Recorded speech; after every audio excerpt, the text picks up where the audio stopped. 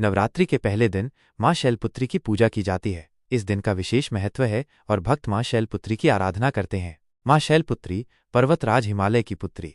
माँ शैलपुत्री, जिन्हें पार्वती के नाम से भी जाना जाता है, पर्वतराज हिमालय और उनकी पत्नी मैनावती की पुत्री हैं। उनका जन्म शैल पर्वत से हुआ था, इसलिए उनका नाम शैलपुत्री पड़ा। माँ शैलपुत्री को देवी दुर्गा के 9 रूपों में पहला रूप माना जाता है। वो वृषभ, बैल पर सवार होती हैं और उनके दाहिने हाथ में त्रिशूल और बाएं हाथ में कमल का फूल होता है। माँ शैलपुत्री की पूजा का महत्व। नवरात्रि के पहले दिन माँ शैलपुत्री की पूजा का विशेष महत्व है। मान्यता है कि माँ शैलपुत्री की पूजा करने से भक्तों को शक्ति, शांति और समृद्धि की प्राप्ति होती है। वो भक्तों को सभी प्रकार के भय और कष्टों से मुक्त करती हैं। माँ शैलपुत्री को प्रकृति की देवी भी माना जाता है, इसलिए उनकी पूजा से पर्यावरण के प्रति सम्मान और संरक्षण की भावना भी बढ़ती है। माँ शैलपुत्री की पूजा विधि।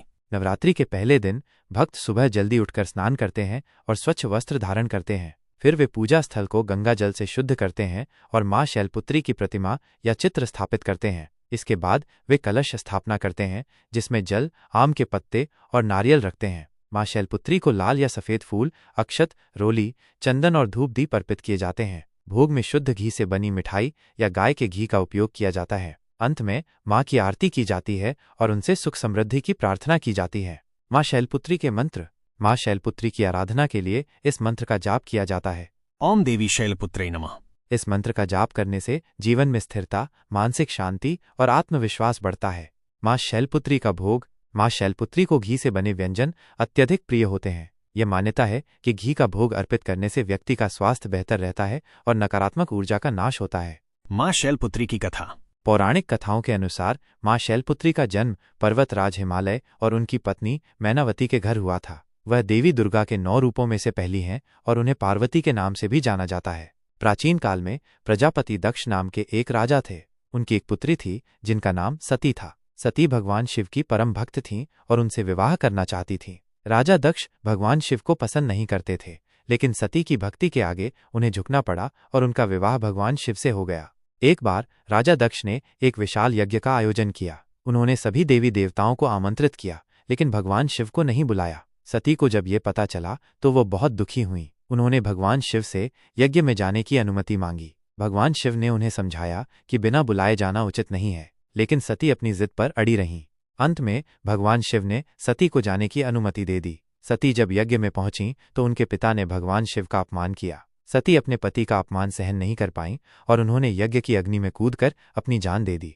भगवान शिव को जब ये पता चला तो वे बहुत क्रोधित हुए। उन्होंने अपने गणों को भेजकर यज्ञ को नष्ट कर दिया। सती के बलिदान से दुखी होकर उन्होंने अपनी पत्नी के शरीर को अपने कंधे पर उठाया और पूरे ब्रह्मांड में तांडव नृत्य किया। भगवान विष्णु ने तब अपने सुदर्शन चक्र से सती के शरीर को कई टुकड़ों में काट दिया। ये टुकड़े जहां जहां गिरे वहां शक्तिपीठ बन गए।